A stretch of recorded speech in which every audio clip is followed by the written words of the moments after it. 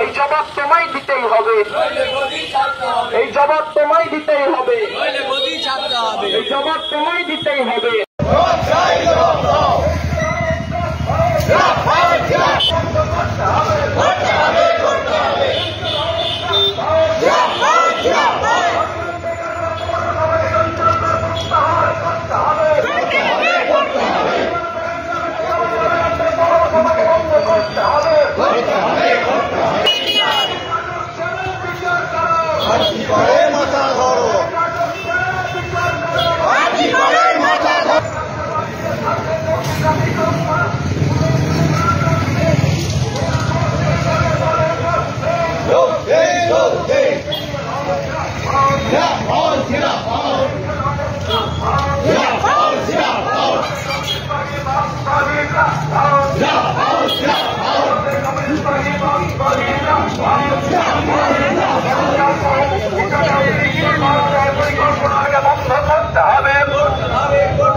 এই দাবিতে আজকে পৌরসভা অভিযানে দলে দলে যোগ দেন।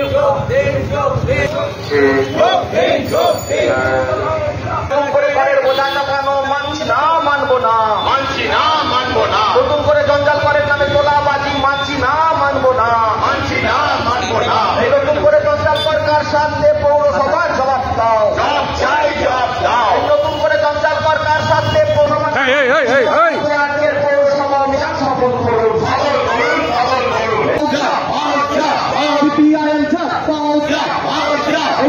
জঞ্জাল করের নামে তোলাবাজি মানছি না, মানবো না, মানছি না, মানবো না। নতুন করে জঞ্জাল করের নামে তোলাবাজি মানছি না, মানবো না, মানছি না, মানবো না। নতুন করে জঞ্জাল করার সাথে পৌরসভা জবাব দাও, নতুন করে জঞ্জাল করের নামে তোলাবাজি কার সাথে পৌরসভা জবাব জঞ্জাল করের নামে নতুন করে করের বোঝা মানছি না, মানবো না, মানছি না, মানবো না। এই নতুন করে জঞ্জাল করের নামে তোলাবাজি মানছি না, মানবো না, মানছি না, মানবো না। সাধারণ নাগরিক সেটাই তো বলছি যে আলোচনার আগেই সেটা প্রেস মিট হলো এবং এখানে আপনাকে বলছে আপনার ওই বিমল বিশ্বাসের বাড়ির সামনে রাস্তাটা একটু সৃষ্টি করে দেখছেন এদিকে এইখানটা বাইরে আছে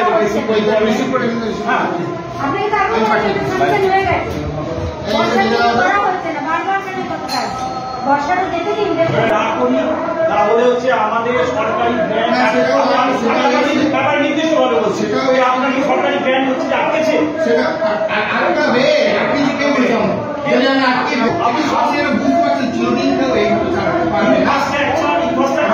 সমস্ত স্টেপগুলো আপনারা ফলো করেছেন। আমরা অবশ্যই ফলো করি, আপনি বললে তো আমরা যথেষ্ট চেষ্টা করি। তারপরে আজকে দীর্ঘ 3-4 মাস পেরিয়ে গেছে, এই 3-4 মাসের মধ্যে ইনফ্রাস্ট্রাকচার ডেভেলপ করার ক্ষেত্রে পৌরসভা কি এই সময় নিচ্ছে, এটা কাইন্ডলি পরিষেবা প্রদানে স্বচ্ছতা বজায় রাখতে হবে।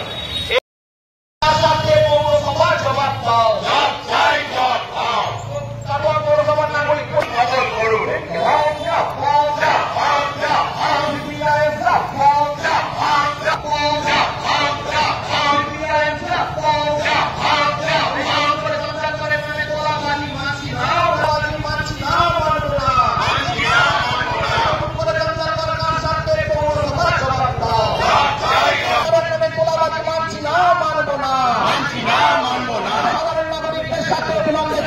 প্রত্যাহার করতে হবে, করতে হবে, করতে হবে। নাগরিক পাশের নতুন করে জঞ্জাল করার নামে তোলাবাজি মানছি না, মানবো না, মানছি না, মানবো না। রাজ্যের সাথে ট্রাফিক আইনের অবিলম্বে পুনর্বিবেচনা করতে হবে, করতে হবে, করতে হবে। আরজি করের বিচারের দাবিতে অবিলম্বে সমস্ত মানুষ এক হও, এক হও, এক হও। কারণ আপনারা সবাই দেখেন প্রকৃতির নিয়মে গঙ্গার ধারে বা অজয়ের ধারে এই জল বেড়েছে, তাহলে যেটুকু জমি আছে ঘাস শুরু করেছে।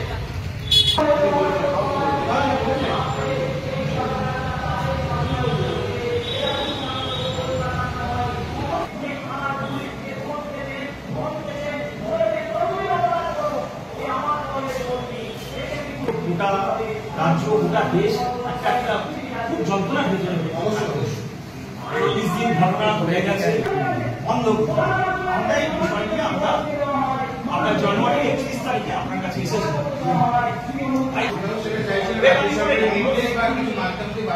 আমি বলে দিচ্ছি আমি আপনার ঘরের সামনে নিয়ে আসা অন্য কোনো কিছু ভাবনা নাকি সেটা হচ্ছে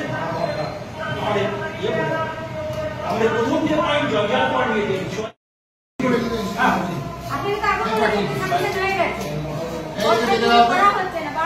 মানুষ পুরো ভারতবর্ষের মানুষ যখন এই সময় যন্ত্রণাক্লিষ্ট মানুষের 2 পয়সা উপার্জন কিভাবে করবে মাথার গ্রাম পায়ে ফেলে উপার্জন যা করছেন তা ছেলে মেয়েদের অর্থ সংস্থান হচ্ছে না, সমস্ত কিছু ভরণ পোষণ করতে পারছেন না আমাদের কাটোয়ার ব্যবসাদার থেকে শুরু করে কাটোয়ার সাধারণ মানুষও তাই।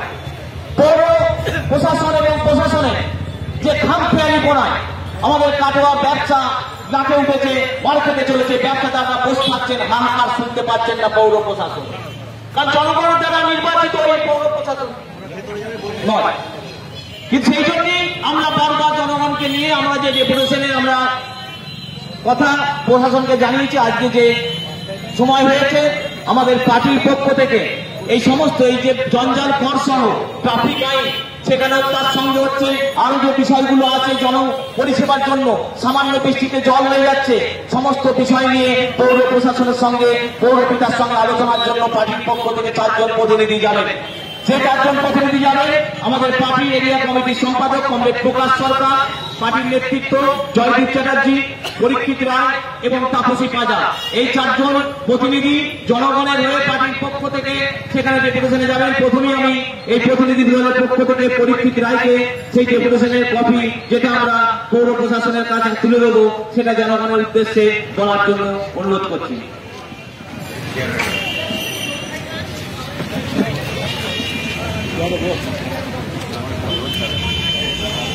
কমরেড বন্ধুরা, কমরেড সভাপতি করেছে বলেই তারাকে সরা জ্ঞান করে পৌরসভা পরিচালনা করার মধ্যে দিয়ে তারা আমাদের শহরের নাগরিকদের উপর কোন আলোচনা ছাড়াই বিভিন্নভাবে নিপীড়ন চালানোর প্রচেষ্টা গ্রহণ করেছে।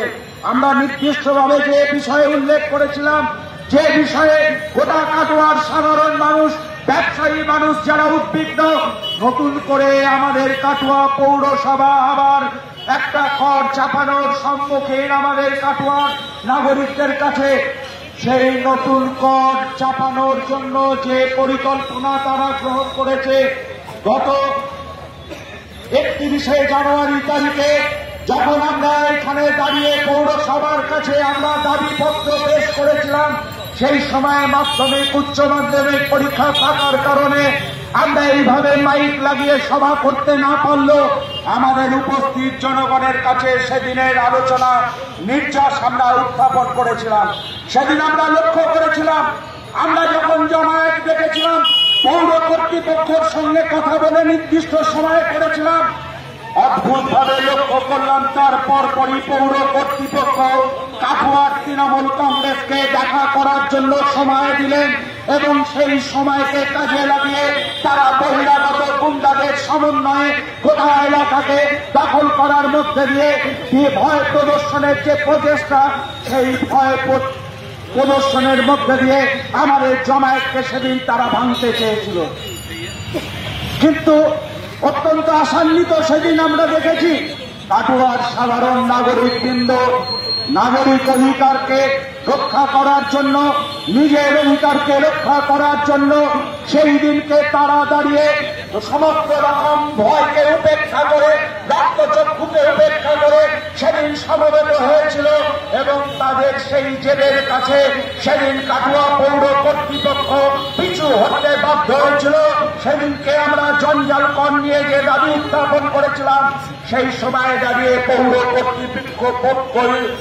কর্তৃপক্ষ নির্দিষ্টভাবে উল্লেখ করেছিলেন তারা সেটাকে স্থগিত রাখছে। আমরা সেদিনকেই ঘোষণা করেছিলাম, পৌর কর্তৃপক্ষের কাছে ঘোষণা করেছিলাম